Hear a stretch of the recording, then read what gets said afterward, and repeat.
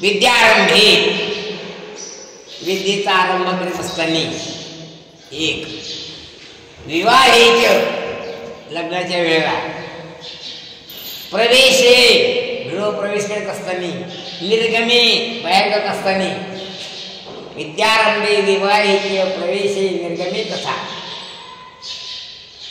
काय संग्रामी संग्रामी युद्धाला नसलं तर पुढे संकटेश्च आणि असं जर केलं म्हणजे या 5 ठिकाणी जर भगवंताचं स्मरण केलं विघ्नस्त शिवपण जे आहे ते किंवा संकट जर पडलं काय तर देवाचं स्मरण करावं ते करतात नाही लागलं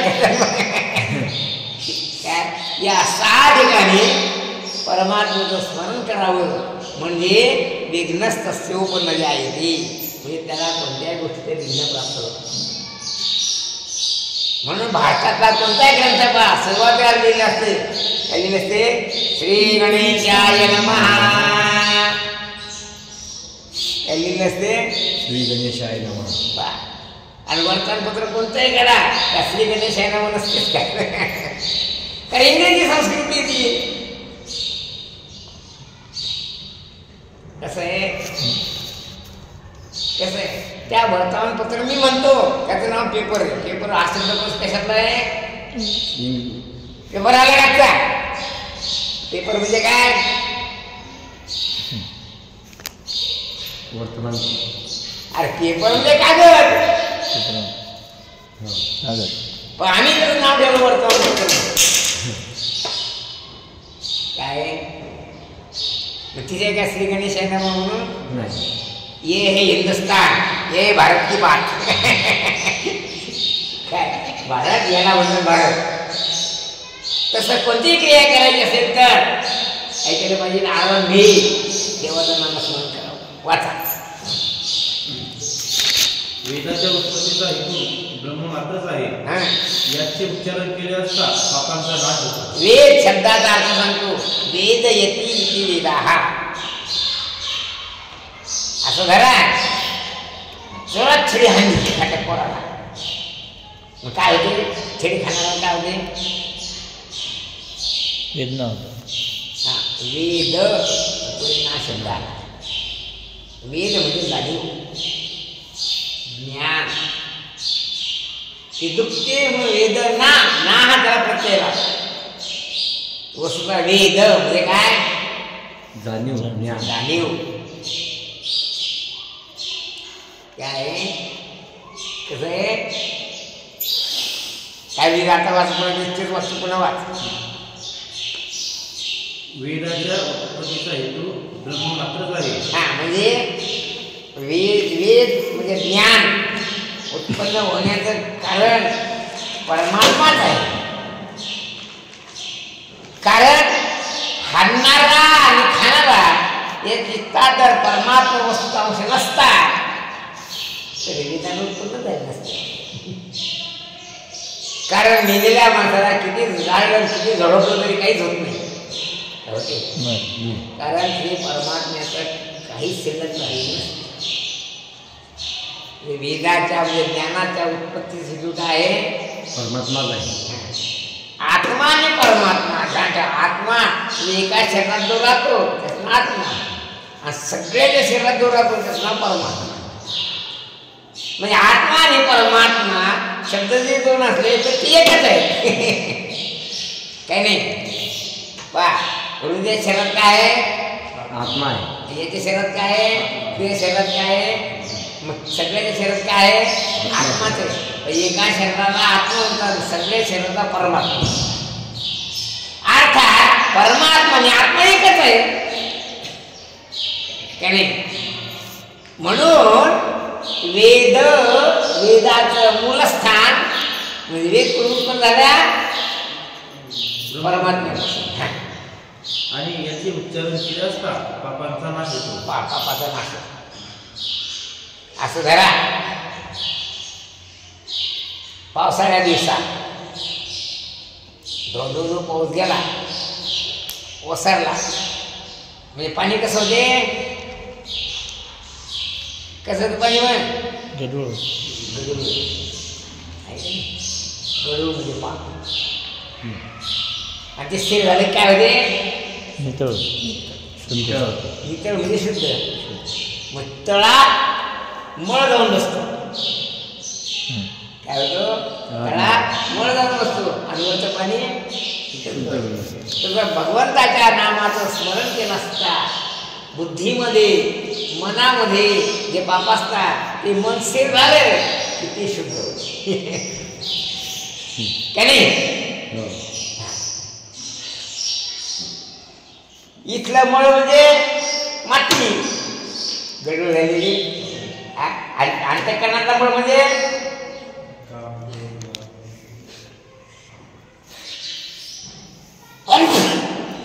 मन शब्द पुढे. म्हणून कोणतीही क्रिया करायची असेल काय केलं पाहिजे?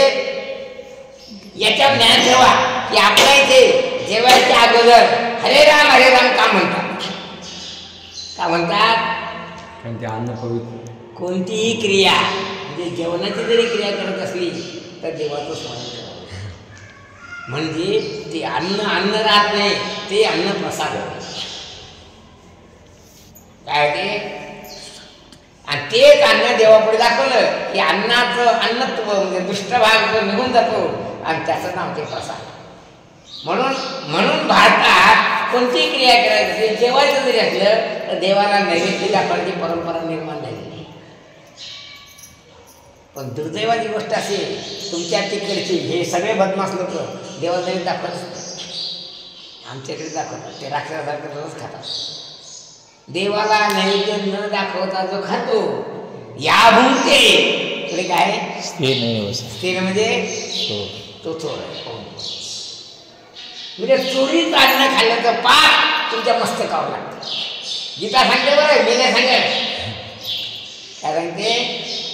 तैर दत्तान प्रदाय घेऊ. तिकडे श्लोक आहे तैर दत्तान प्रदाय घेऊ तही दत्तान म्हणजे देवानं दिलेलं अन्न आहे ना. ते दत्तान अप्रदायक देऊ म्हणजे त्याला न दाखवता म्हणजे नैवेद्याचं दाखवता या बोलते तो खातो ते नाही होता तो चोर आहे. चोरीत अन्न खाणारे लोक सगळे चोरच होतात असं विषय. गीता सांगते, आम्ही कसं सांगतो.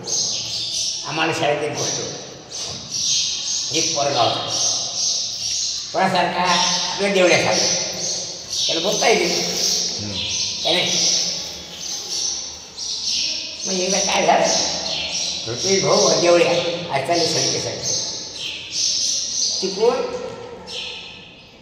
दोन पोलीस आले तो माणसा धरून. ते म्हणजे बाबा हे काय? ते म्हणजे चोर. कोण म्हणते चोर? हा चोर कशा चोर आणि माणूस सारखे नसतात, फरक असते. मग ते पोरग ते बाबा असं करायला पाहिजे. चोरो के कान काटली आहे म्हणजे सगळं लोक एकदम घ्यायचो काय साईड बरोबर. चोरो के कान काटली आहे, चोरीचे कान कापून दिलं सगळ्या लोकांना समजून घ्यायचो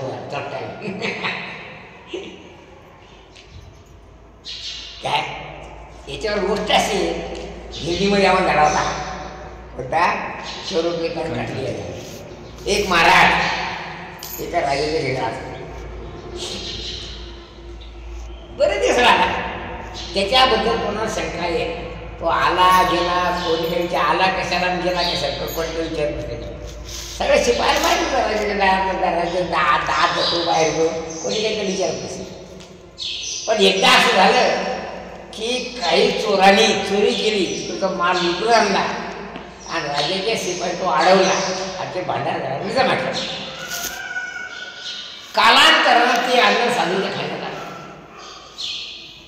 आणि साधूच्या मनात असं वाटलं काय मूर्ख माणूस या राजाला काय सांगता येते, एका दिलं आपलं काढून. मग आपले हातपाय चटण्याचं आपण काय खावं, त्यापेक्षा आता चालता आता थोडेसे चिकून खिशात टाकलं बरं होईल. काय म्हणजे त्या राजा त्या साधूने काय केलं, राजाने झोपल्या असताना तिच्या हातातले कडे काढून घेतले आणि पळून गेला. मग पहिल्यांदा मी सांगितलं की तो साधू राजाचा गुरु होता आणि त्याने काही केलं त्याला कोणी काही म्हणे नाही. काय पळून गेला काय ना आला काय कोणी पुसत नसते. आला तर आला गेला पळून गेला दूर गेला तिथे काय बरेच दिवस राहिला. माधवकरी मागू लागला. माधवकरीचं असं वैशिष्ट्य आहे की माधवकरीचा आपला निर्दोष असते. म्हणून पूर्वीपासून साधू संतांनी ज्ञानेश्वर महाराजांनी शंकराचार्यापासून सुद्धा शंकराचार्य सुद्धा माधवकरी मागत होते. ज्ञानेश्वर महाराज सुद्धा माधवकरी मागत होते. कारण हे अन्न निर्दोष असते.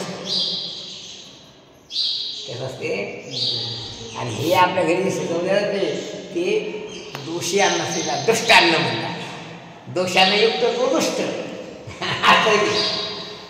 काय म्हणून ते माधवकरी मागून ते काशीकडे जाऊन जाऊन जाऊन जाऊन बरेच दिवस झाले 4-6 वर्ष झाले आणि ते चांगलं अन्न खाल्ल्यामुळं त्याला पश्चाताप झाला.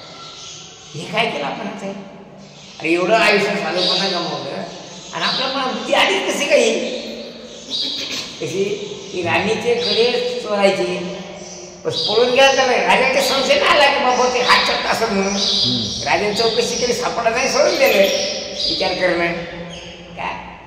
पण 4-6 वर्षानं तो साधू परत आला. आणि नियम असा आहे ज्याला आंघोळ केली नसेल त्या शरीर अपवित्र त्याला आंघोळ करायला पाहिजे. असं म्हणायला नाही पाहिजे आम्ही सगळ्या महाराज पाहिजे चाल आंघोळ करून असं म्हणायचं काम. कारण आंघोळीचं जे फळ आहे ते छड्या मारणारा नाही ते करणारा नाही. आंघोळीचं काय फळ आहे? शरीरशुद्धी प्रसन्नता स्थिरता का नाही काय नाही काय आंघोळीचं फळ काय आहे? शरीरशुद्धी ज्ञानाची स्फूर्ती. त्या आंघोळ करत माझं स्फूर्ती प्राप्त होते का नाही काय नाही.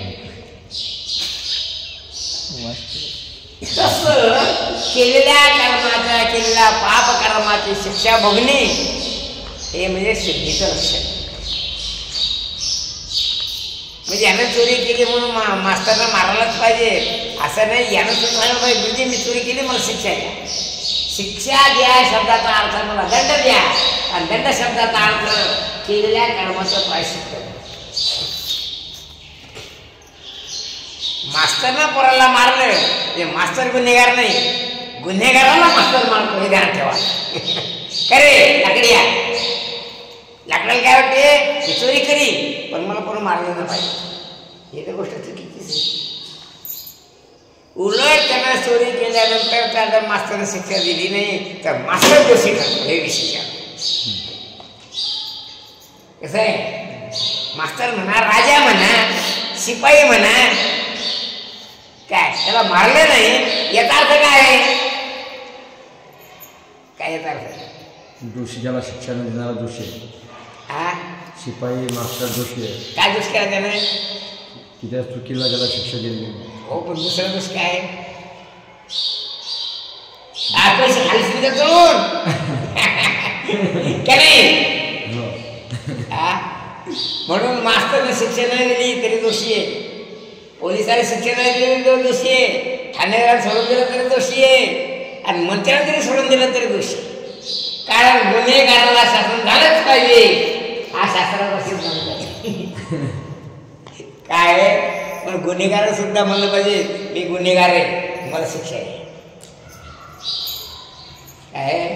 मग तो साधू महाराज राजाच्या घरी दरबारात आला म्हणजे महाराज मेरे हात कटवा द्यायचा माझे हात कापून घाई करू लागला. राजा म्हणे ठेरे बाबाजी घाई मत करो. कारण राजाच्या मनात संशय आला की एवढा मोठा त्यागी पुरुष हा सगळा प्रपंचाचा त्याग केला संन्यास घेऊन बसला आणि याच्या मनात चोरी करायची भावना का वाढली. तेव्हा राजानं त्याच्या राज्यातली चांगली विद्वान पंडित बोलावली आणि सभेमध्ये हा प्रश्न मांडला की एवढा मोठा त्यागी महात्मा याला चोरी करावी भावना का वाढली. तेव्हा सगळ्या पंडितांना असा निर्णय दिला एकमुखा निर्णय दिला काय खंडपीठाने निर्णय दिला काय निर्णय दिला की एवढ्या मोठ्या त्यागी पुरुषाच्या मनात चोरी करायची भावना वाढली कारण राजा त्याला चोरीचा अन्न खावा चोरीचा अन्न खाल्ला मग आता आमच्याच घरात होता, आम्ही चोरीचं कुठून आणलं. तेव्हा शोध घेतला गेला, राजाच्या ध्यानात आलं की चोराने तिकडून लुटून आणलं अन्न आपल्या भांडारघरात जमा केलं आणि ते साधूच्या खाण्यात दिलं. महाराज तुमची चूक नाही, चूक माझी. कसं आहे तेव्हा ध्यानात ठेवायचं. हो काय जो माणूस देवाला नैवेद्य न दाखवता खातो तो कोण आहे? चोर आहे. चोर आहे. तर आमची अशी अपेक्षा आहे तुमच्या इकडचं सुद्धा देवाला नैवेद्य दाखवून पोळा द्यावा अशी इच्छा आहे आमची. पण तू इंग्रजांच्या पुढचे ना काय आम्ही नाही माझं दाखवतो. कारण देवाला दाखवायचे, देवाला खाऊ नाही घालायचे. देव खात नसते. देवाला काय करत नैवेद्य दाखवायचा. ते तोंडात कोंबवते ना असं दाखवलं की नुसत्या त्याच्या दृष्टीपाताने नुसतं देवानं पाहिलं की त्यातले अन्नाचे दोष नष्ट होतात. अन्नाचे दोष नष्ट. त्या प्रत्येक गोष्टीमध्ये, प्रत्येक क्रियेमध्ये, क्रियेच्या आरंभी, क्रियेच्या मध्यस्थानी आणि क्रियेच्या अंती भगवन नामाचा प्रयोग करावा असा गीतेचा संदेश वाचा.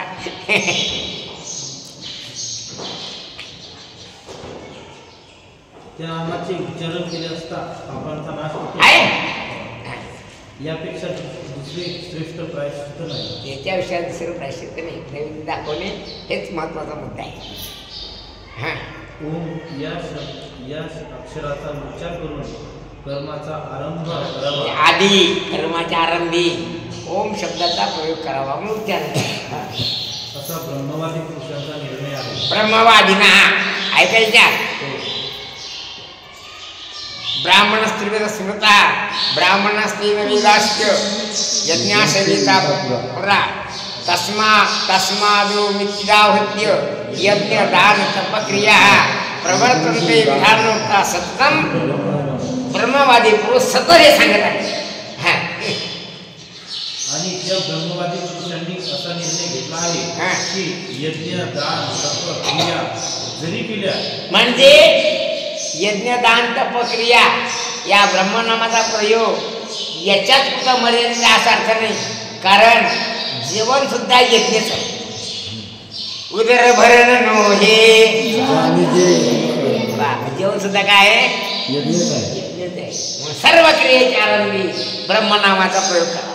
पुढे या क्रियेमध्ये अश्रद्धादी आगंतुक उत्पन्न होऊ नये. त्याच्यामध्ये काही दोष असतात.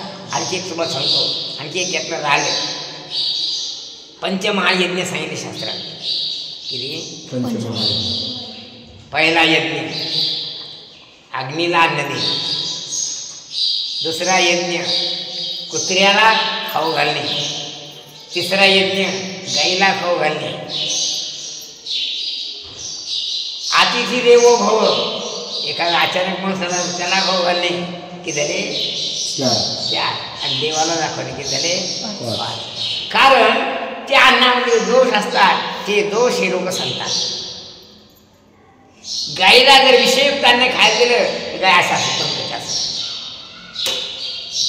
अग्नीला जे अन्न टाकलं तर त्या अग्नीमधून निळ्या रंगाच्या ज्वाला निर्माण होतात.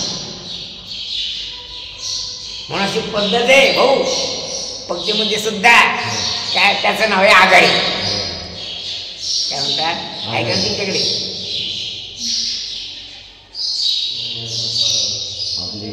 मुसलमानच्या भागातलेच नाही रे. नियम त्याला मराठवाडा आता काय करता एखादा मोठा माणूस असला त्याच्या पुढे एक अशी पोळी असते त्याच्यावर भात वगैरे काही भाजी टाकता आपण ते करतो असं. आणि त्याच्या पुढे काय विस्तावर असं एवढा त्या विस्तावर असं तूप टाकतात आणि त्या तुपावर त्या अन्न टाकतात थोडंसं. जर समजा विषयुक्त असलं तर हिरव्या आणि निळ्या रंगाच्या ज्वाला निर्माण होतात. आणि ते सगळं दाखवतात. पाहत आम्ही शुद्ध अन्न आम्ही तुम्हाला द्यायला लागलो असं असं असं असं सगळी फळापुंची ठेवतात. असं अर्थात असं केल्याने अन्नाचे दोष नष्ट होतात. पुढे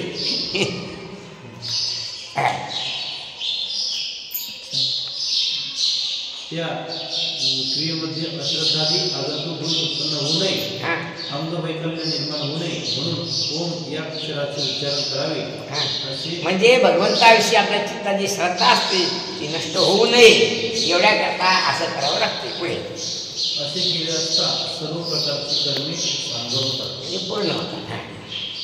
अशा प्रकारे कर्मसाधुन्य संपादनार्थ हा. सातगुण्य म्हणजे पूर्ण सत गुण निर्माण व्हावा त्यामध्ये. पुढे ओम शब्द विनियोग केल्यानंतर तत्पदाचा विनियोग करावा लागतो. ओम तत्. पुढे कर्मसाधुन्य संपादनार्थ हा. ओंकाराचा विनियोग करून तत्पदाचा विनियोग सांगतात.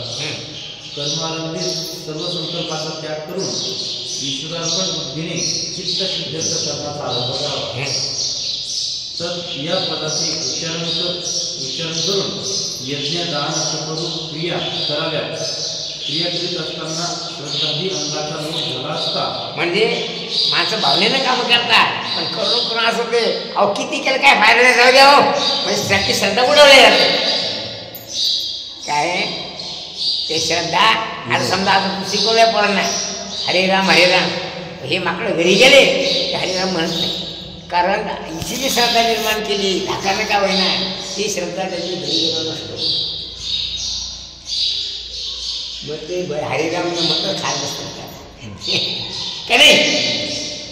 पुढे श्रद्धादी अंगाचा लोप झाला असता तत्पदाच्या प्रयोगाने तेव्हा ओम तत् या शब्दाला प्रयोग करावा मग त्या श्रद्धा टिकून राहते. कारण आपण जे ताटात खातो ते खाणं नाही ते काय भोजन. आता त्या खाणं भोजन यात फरक. म्हैस काय करते आणि माणसं काय करतात असं. म्हशीचं खाणं गाईचं खाणं हे खाणं आहे का नाही. आणि माणसाचं भोजन आणि भोजन म्हणजे काय जाणीवे यज्ञ कर्म. काय काय याचं उत्तर पण सांगतात जाणीचे यज्ञ कर्म. यज्ञ काय काय असते अग्नी असते काय काय नाही. आणि त्या अग्नीमध्ये आपण काय करतो आहुती देतो. तसं आम वैश्वानरो भूत्वा प्राणाम देहमाश्रिता प्राणापान समायुक्त म्हणजे तो परमात्मा अग्नीच्या जठराग्नी जो असतो त्या जठराग्नीला त्याच्या आहुत्या दिल्या जातात. म्हणजे जाणीजे यज्ञकर्म. यज्ञकर्म म्हणजे पूजा आहे देवाची. काय जेवण म्हणजे पूजा आहे आणि ज्याला समजत नाही ते खाणं आहे म्हशीसारखं का नाही. पुढे म्हणून त्या ठिकाणी ब्रह्मनामाचा म्हणजे तत् या नामाचा प्रयोग करावा. पुढे आणि तत्पदाच्या प्रयोग हे जर समजत नसलं तर भारतीय संस्कृतीमध्ये अशी योजना आहे काय हरिराम झालं एकदा जेवण सुरू केलं की मध्यंतरी लोक श्लोक म्हणत असतात. बोले राघवांगदा यशदा आहे तुला संपदा येईना क्रोध गदा विवेक बोधा ज्ञानामुखी सर्वदा. काय म्हणतात असं ना म्हणजे अंगत शिष्टाई म्हणतात त्या. म्हणजे देवाच्या नामाचं स्मरण करतात मध्यंतरी आणि शेवटून सुद्धा कुंडली वरदा हिट असं म्हणतात. असं म्हणजे आधी मध्य आणि अंती ब्रह्मनामाचा प्रयोग करावा हा संस्कार आहे ही संस्कृती आहे. पुढे म्हणून तत्पदाच्या प्रयोगाने त्या क्रिया पूर्ण होतात. आता सत शब्दाचा विनियोग सांगतात. विद्यमान वस्तूचे अस्तित्व त्या अस्तित्वाचे भाववाचक नाम सद्भाव असे आहे. अस्तित्व म्हणजे सत. सतचा अर्थ सद्भाव. सद्भावाचा अर्थ साधुभाव. सद्भावे साधुभावेच सद्भावे साधुभावेच सद्भावे साधुभावेच सद्भावे साधुभावेच सदित्ते तत्प्रयुज्यते सदित्ते तत्प्रयुज्यते सदित्ते तत्प्रयुज्यते सदित्ते तत्प्रयुज्यते. आहे का बरोबर. किती वाजता के 26 पाय म्हणजे सद्भाव निर्माण झाला किंवा साधुभाव निर्माण होतो असा अर्थ आहे. याचा अर्थ साधुभाव हा विवक्षित अर्थ आहे. ज्यावेळी विद्यमान वस्तूच्या अस्तित्वाची, सर्वत्र ब्रह्मभावाची, सद्वृत्तित्वाची तथा प्रशस्त कर्माची विवक्षा उत्पन्न होते, त्यावेळी विद्वान पंडित सद नावाचा प्रयोग करतात. ओम तत् सत् या नावाचा प्रयोग करतात. अशा प्रकारे कर्माचे प्रशस्त कर्म प्रशस्त निर्माण होते. प्रशस्त म्हणजे त्याच्यामध्ये लागणारा जो संकोचित भाव असतो तो संकोचित भाव नष्ट होतो आणि प्रशस्त भाव निर्माण होतो. दर्शने प्रसिद्धी ठावो पुण्यपुरुष ज्ञानेश्वर महाराज सांगतात. कर्माचे प्रशस्तत्व विकसित झाले असता सत शब्दाचा प्रयोग केला जातो. त्यायोगे दोष उत्पन्न होऊन कर्म वैगुण्य निर्माण होत नाही. कर्माच्या सगुणत्व निर्माण होते. कर्माची साधुता उत्पन्न होते. सदर्थीय म्हणजे तत् शब्दाने लोक व शास्त्र प्रसिद्ध कर्माचे ग्रहण केले जाते. सदर्थीय म्हणजे परमेश्वर प्रीत्यर्थ केले, म्हणजे परमेश्वराची प्रीत्यर्थ संपादन करण्याकरता कर्म ते सत्शब्दाचा विनियोग केला असता अश्रद्धादी दोषांची प्राप्ती झाली असता त्या सांगता प्राप्त होण्याकरिता ओम तत् सत् या ब्रह्म नामाचा प्रयोग करावा. त्यायोगे सात्विक श्रद्धेने, सात्विक यज्ञाने, सात्विक तपाने, सात्विक दानाने ते सगळे ध्यानात ठेवा जातात.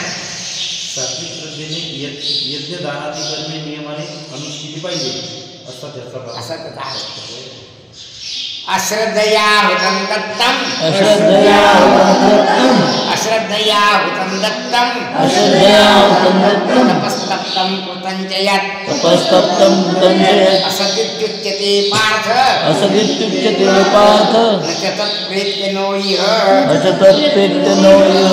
श्रीमद्भगवद्गीता, श्रीमद्भगवद्गीता, उपनिषत्सु ब्रह्मविद्यायां, उपनिषत्सु ब्रह्मविद्यायां, शास्त्रे, योगशास्त्रे, कृष्णार्जुन संवादे, श्रीकृष्णार्जुनसंवादे, श्रद्धात्रय विभागयोगो नाम, श्रद्धात्रय विभागयोगो नाम, सप्तदशोऽध्यायः. श्रीकृष्णार्पणमस्तु. श्रीगुरुचरणारविन्दार्पणमस्तु. चरणारविन्दार्पणमस्तु. वाचा. श्रद्धेविना केलेल्या यज्ञदानाची क्रिया व्यर्थ आहे.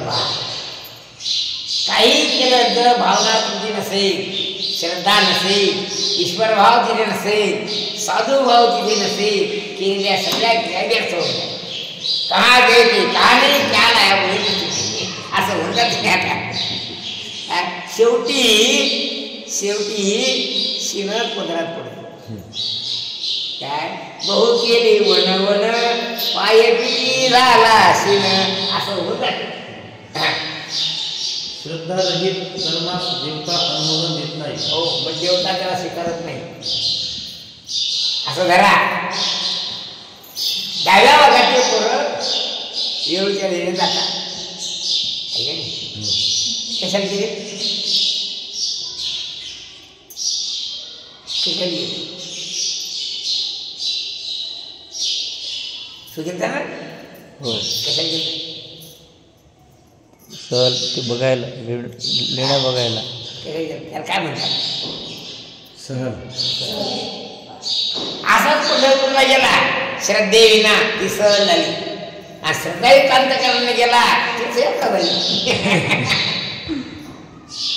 अश्रद्धया हुतं दत्तम म्हणजे अश्रद्धेने केलेल्या ज्ञानी क्रिया, अश्रद्धेने केलं काय दान, दत्त म्हणजे दान, अश्रद्धेने केले तर असत इथे उच्चते, ते खोटं आहे असं समजलं जातं. असत म्हणजे खोटं, इथे उच्चते असं म्हणतात. कोण म्हणतात? विद्वान लोक म्हणतात किंवा भगवानचं मी म्हणतो, पण नाही म्हणत. हा आहे बरोबर. असत इथे उच्चते असं नित्य. हा श्रद्धारहित कर्मात देवता अनुमोदन देत नाही. हा म्हणजे त्याला स्वीकार करत नाही. ती सहल होऊन जाते. कुठे गेला? पंढरपूरला गेला. श्रद्धेने गेला का? नाही, गाव बाहेर गेला. असं किती उच्चते त्याला खोटं समजलं त्याला. म्हणजे देवता त्याला स्वीकार करीत नाही. आणि विद्वान पुरुषही त्याचा आदर करीत नाही. आजारी कुठे गेलं आता गंमत सांगतो. तू जर पंढरपूरला गेला आमच्या बरोबर आणि तिथून घरी आला त्या गावात लोक तुझ्या पाय पडतात त्यांनी तुला आणि सण म्हणून पंढरपूरला गेला आल्यावर पाय पडते कोणी काय ते लोक समजतात असं ते काय करायचं ते पाय पडायला काय केलं पाय मांडायच्या की नाही. मग असा फरक आहे म्हणजे श्रद्धेमध्ये आणि अश्रद्धेमध्ये असा फरक आहे का नाही. पुढे म्हणून श्रद्धा शून्य केलेली यज्ञदानादी कर्मे विधिबलाने जरी केली तरी ती निष्फळ होऊन जातात. हो विधिबला म्हणजे वेदानं जरी सांगितलं असलं पण श्रद्धा विरहित केला असल्या कारणानं ते निष्फळ होतात. अश्रद्धादेयम हा विधी. आता प्रश्न एक आहे की वेदामध्ये सांगले रियम देया प्रियम द्रिया कशानं दे लाजेनं दे काळजीनं दे धाकानं दे कशात पण दे असा वेदाचा विधी आहे. म्हणजे कसं काय म्हणजे असंच तर काय होत नाही ते असंच होत नाही त्याचं कारण असं आहे आम्हाला माहिती आहे हे मात्र चुकून बिस्किटं खातात तरी पण आम्ही एकादशी करायला होत्या कारण आम्हाला असे आहे की दीर्घकाळाने ज्याच्या बुद्धीचा विकास झाला असता हा याच्या मुलाने एकादशी करतो म्हणजे माझ्या मारण्याचा प्रयोग यशस्वी झाला. जरी ते मारणं असलं तरी सुद्धा ते मारणं नाही तो अनुग्रह आहे असं त्याला ठेवा. मी तुम्हाला मारतो ना माझं मन धाकानं का होईना एकादशी रियम दिया लाजेनं दे धाकानं दे पण दे मग ते निष्फळ होते आया महामानला ते निष्फळ होते म्हणून पण दीर्घकालाने त्याच्या श्रद्धा उत्पन्न होऊन ते सफळ होते. समजलं ना. रियम दिया म्हणजे लाजेनं दे धाकानं दे पण दे म्हणजे दान करण्याची सवय त्यांना लागून जाते अर्थात सत्कर्म करण्याची त्याच्या ठिकाणी योग्यता प्राप्त होते. सत्कर्म केल्यानंतर त्याला स्वर्ग वैकुंठ कैलास चांगल्या उत्तम लोकांची प्राप्ती तदोत्तम विधान लोकान आम्हाला प्रतिपद्यते अशा चांगल्या ठिकाणी जाईल असा आमचा उद्देश आहे. पुढे अश्रद्धा नियम नाही तरी श्रोतादी कर्मे श्रद्धापूर्वक करायला पाहिजे. जरी तिथे अश्रद्धया नियम दिलं असलं तरी तुला खरा उद्देश आहे कसं काय होईना पण तुला वळण होती निदान काय नाही. पुढे श्रद्धापूर्वक करायला पाहिजे. तसं तर श्रद्धापूर्वकच करायला पाहिजे कारण ते सत्कर्म अशा प्रकारे श्रीमद भगवद्गीता या ग्रंथाचा श्रद्धात्रय विभाग नावाचा 17वा अध्याय समाप्त. किती वाजले? 9 वाजले. बरं